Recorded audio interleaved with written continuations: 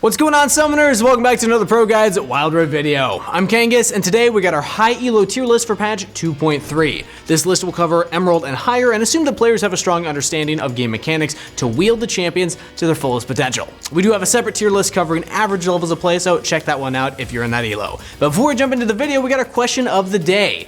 Where and when do y'all play Wild Rift? I'm a lazy gamer, so I like to play from bed, but leave your answers in the comments down below, and let's get into the video. To start us off in the Baron lane, we have Akali once again in our overpowered picks. She received a massive adjustment in patch 2.3, but these changes weren't necessarily complete nerfs to her kit. Yeah, her early game poke potential has dropped drastically, since her 5-point strike costs more energy while her shuriken deals substantially less damage, but to compensate, Akali is now rewarded for fully committing to an engage. The damage on her dashes to follow up shuriken flip has been increased, and the initial execution from her ultimate was buffed as well. This means that Akali players that have the knowledge to choose smart plays now have extra incentive to do so, increasing her mid to late game assassination power in a trade-off for her laning prowess. And since Akali's laning phase has been bumped down a peg, Fiora has risen in dominance as our first ever champion to enter our overpowered plus tier.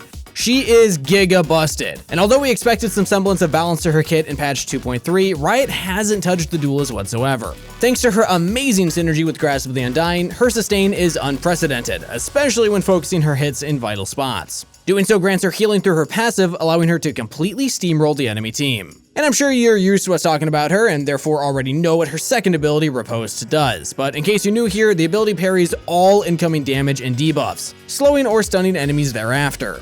In the hands of a skilled player, Fiora is definitely the strongest Baron lane champion in the game, with sustain, mobility, damage, and insurance all built into a single champion kit. And the last pick for this section is Riven in the early estimated S tier picks for the Baron lane. Her combo potential is absolutely insane, since many of her abilities can be used to reset attack animations. Broken Wings can be used in succession with auto attacks, maximizing her damage output while allowing for some truly fancy plays. Players definitely still need more time to get used to Riven's kit and master her combos, but once they do, she's sure to be a strong pick. Overall, Riven's damage numbers seem to have been released in a pretty solid state, and first-time Rivens will definitely plague Wild Rift as players attempt to learn the champion in ranked. But don't let these first-time feeders fool you into thinking that she's weak. She's really not, especially in the right hands. And for those of you looking to improve at playing in the Baron lane, be sure to check out our Ultimate Challenger Baron lane guide. This video will definitely help out your play. Anyway, here's the full high ELO Baron tier list. Our first pick for the jungle is a peculiar S-tier champion, Camille. For those of you who don't know, she's been a surprisingly effective jungler, yielding better success as a gank machine than a solo laner.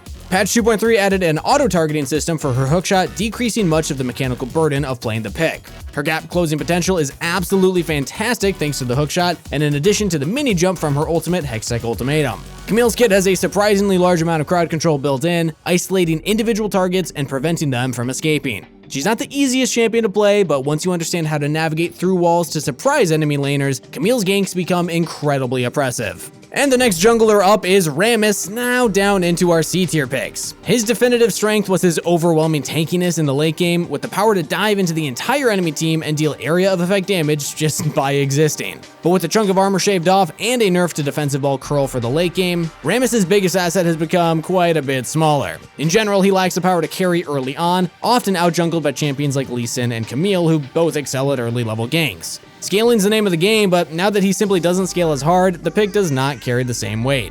And the last pick for the jungle is Master Yi down in our D tier picks. He's in a really sorry state, lacking the continuous gap closing potential and consistent damage output to push him forward in the tier list. Yeah, he's got Alpha Strike, but hey, once he uses it, Yi quickly becomes a sitting duck with no CC, no other strong damaging abilities, and most importantly, no escape.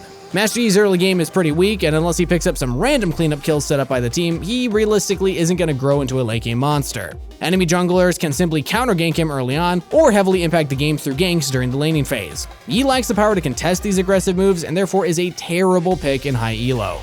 So here's the full jungle tier list. I also just want to take a moment to say we really appreciate the support that you all provide to our channel. So before we move on, thanks for watching our videos. If you want to become a more active part of our community, make sure to join the ProGuides Wild Rift Discord to interact with more viewers such as yourselves. You also get to interact with this channel host, so that's just a nice bonus. Now moving on to the mid lane, the first pick we have is Katarina, the Sinister Dagger. She is once again in our overpowered tier, especially since Galio dropped out of the top tier meta. And without a direct counter, she is running rampant on the Wild Rift. If she picks up an initial kill or two, she becomes an unstoppable force, taking over the entire map. If there's a skirmish in the jungle and Katarina follows up her jungler, chances are she's gonna wipe out all of her enemies with Death Lotus. In addition, players are becoming more and more accustomed to abusing the champion, learning the ins and outs of her nuanced abilities. So make sure that you're on the lookout for this pick.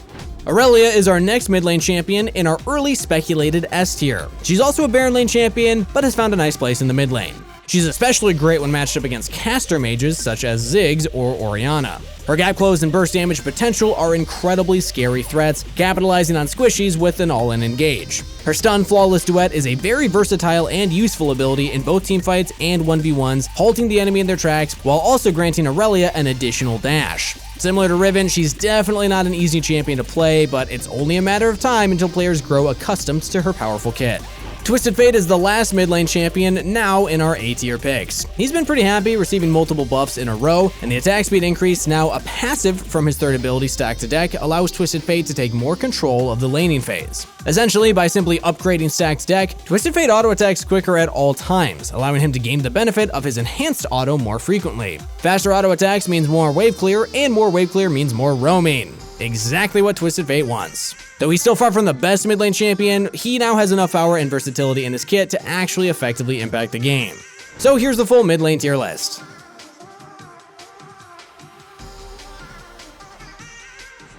And with mid lane out of the way, we have 80 carries up next, with Draven up first. He's in our S tier of the high elo, and the power from his spinning axes, especially in the very early stages of the game, grant his auto attacks the most AD out of every other marksman in the game, except maybe Jin's fourth auto. This makes him an exceptionally strong champion to follow up on engages, a strong asset needed to aid in any allied jungler's endeavors. And I'm sure we all know the first big jungle fight in the Wild Rift is usually the most important. Losing this fight often breaks people's will to continue trying, and the lead acquired from this fight can very easily snowball into a victory. His passive, the League of Draven, helps ensure that the snowball stacks, granting the Axler and Noxian extra gold upon execution. But if he's caught out and killed early on, Draven does struggle at clawing his way back into the game.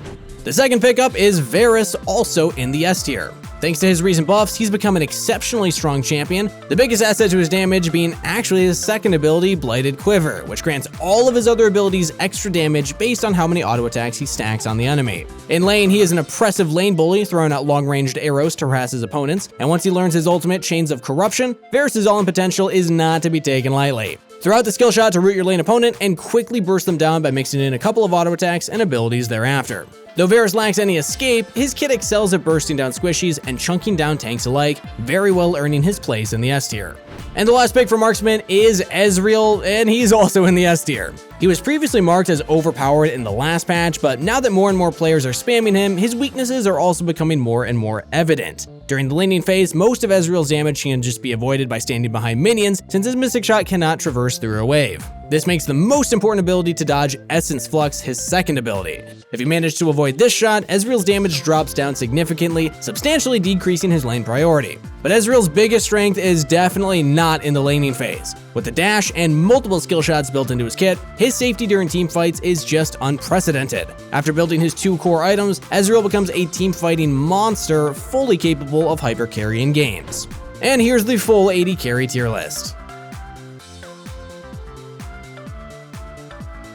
Last but definitely not least, we got the support role. Starting off with Lux, she is honestly such a safe pick right now, potentially granting her entire team a massive shield from her prismatic barrier. Stand far back, throw out skill shots, protect your team, and win the game. Each of her damaging abilities' base damage is really high, allowing her to not only protect her team, but to also destroy her opponents. Her biggest weakness is definitely her lack of escapes, making her kind of vulnerable to burst champions like Rengar. This makes positioning absolutely key to maximizing this pick. And our second support pick is Sona, jumping up to our A tier pick for the high elo. Similar to Lux, she excels at protecting her teammates through constant heals and buffs. Her synergy with the newly enhanced rune, Font of Life, makes her a great asset in teamfights. Throw out Hymn of Valor to mark an enemy and grant each member of your team heals when they focus their attacks on the target. Position in the middle of your team to apply speed buffs, attack boosts, and heals to your entire team, making her a truly exceptional support. The biggest issue with the pick is her weak laning phase, as she's definitely more of a champion that prefers to scale into the game. She lacks CC in the early game too, and escape potential to properly contest big fights, often forcing her to stand behind her allies.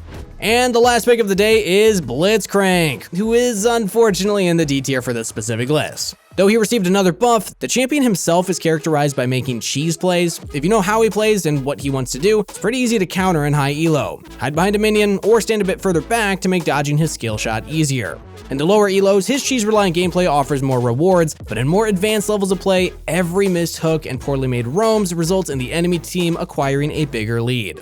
So here's the full high elo support tier list. And that will conclude today's video. If you enjoyed the content, make sure to like it and sub to the channel for everything Wild Rift in the future, and also make sure to answer a question of the day in the comments down below. Until next time, everybody, best of luck on the Rift, stay hydrated, and I'll see you in the next one.